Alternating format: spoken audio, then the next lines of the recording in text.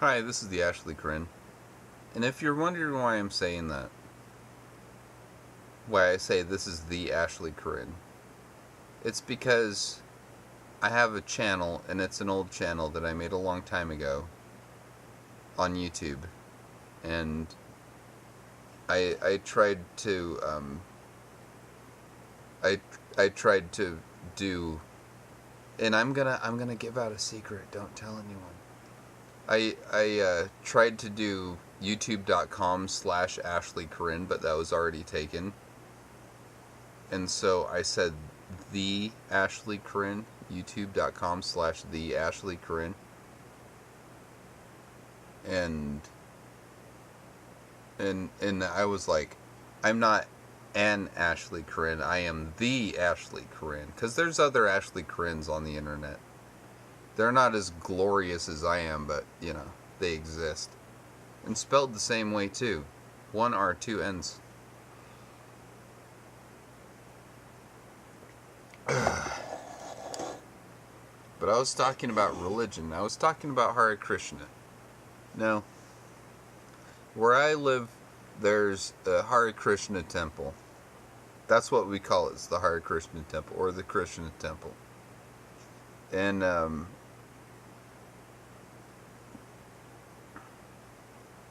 you know, the thing is, I'm an agnostic. You know, to use terms that Matt Dillahunty talks about a lot. If you don't know who Matt Dillahunty is, just go on YouTube and look for the Atheist Experience. He's an atheist debater, and he's a fucking badass. But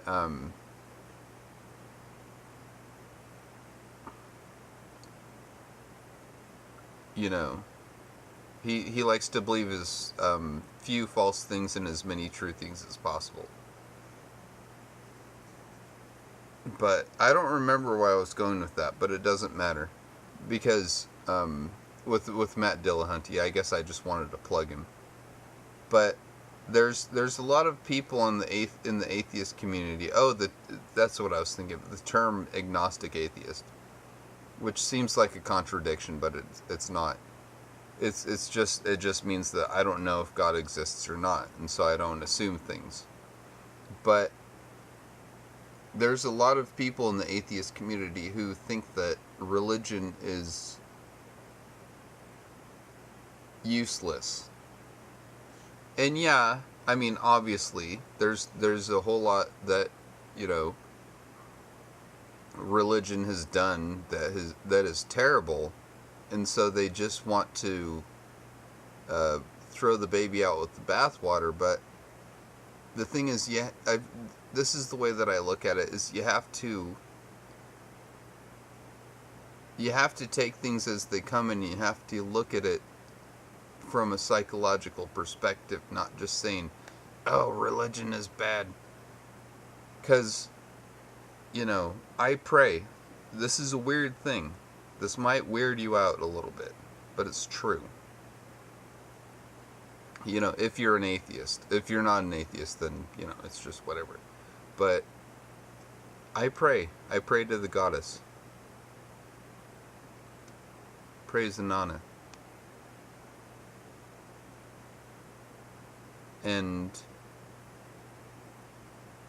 you know, one of the reasons why I do that is because it's comforting. You know what I mean? And, you know, I'm not a Satanist anymore. I used to be. I was a Satanist for about 13 years. And I have nothing against Satanism. It was just sort of like, it's kind of like when you're in a band and you're like, the band, it's not, I'm not saying their music is shit, but it's just not my thing. I'm moving in a different direction, you know? But if you're interested in religion as it pertains to human psychology and human sociology, I would suggest that you read the Satanic Bible, if you haven't already. The Satanic Bible by Anton Szandor LaVey. because what he talked about was how all religions are man-made. See, that was the thing that I respected so much about Anton LaVey. Is he said all religions are man-made. You know, and the Church of Satan was the first, you know, of socially recognized religion to be like, yeah, it's all man-made, and this is a man-made religion. So what? Everything is like that. I mean, it's all like that. All of them. I mean, fucking talk about Christianity, Hinduism, Judaism, fucking Islam, Buddhism. It's all man-made. It's all the product of man's brain. And by man, quote unquote, I mean humans.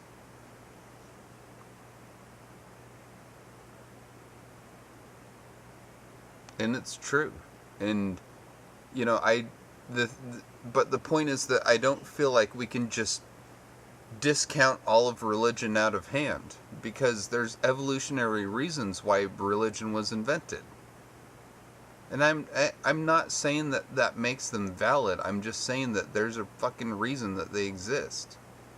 And what it comes down to is, you know, I talk about, because I'm a witch, and I talk about witchcraft.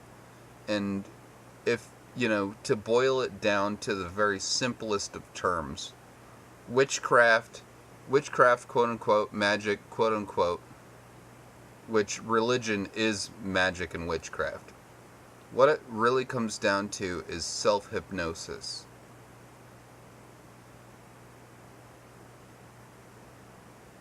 And without going into all the means and methods, that's basically what it boils down to, is self-hypnosis.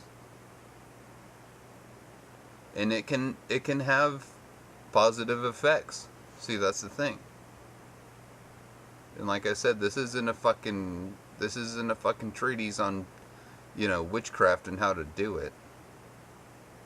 I charge for that. I'm just kidding. Actually, I don't charge for that. I don't teach witchcraft. It can get really out of pocket with people, because they go crazy. But you know, just to leave you with an example, I was in love with this one girl, which none of you know who she is, but I was in love with her, fucking head over heels. I was so head over heels for that girl, my fucking legs were broken. And I had trouble getting over her because, you know, she broke my heart, and I was, you know, wandering around in a fucking swamp of self-loathing. And so I used magic, I used witchcraft to get over her. And it fucking worked. You know why? Because magic and witchcraft and religion, which is all the same thing, is all dependent on a psychological effect. And that magic worked.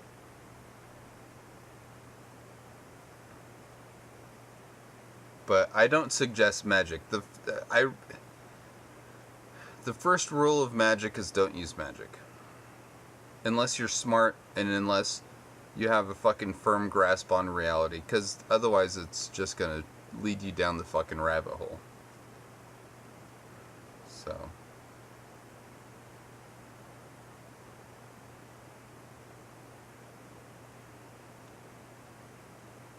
yeah. And I've had people, how much time I got? 30 seconds. I've had people ask me how to fucking cast love spells and shit like that. Fuck that, dude.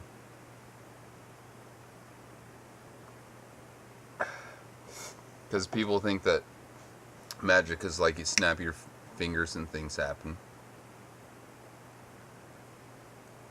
It's not that easy. It is far, far more complicated than that. Anyways, this is the Ashley Corinne peacing out. And by the way, I didn't tell you that. I didn't tell you any of that.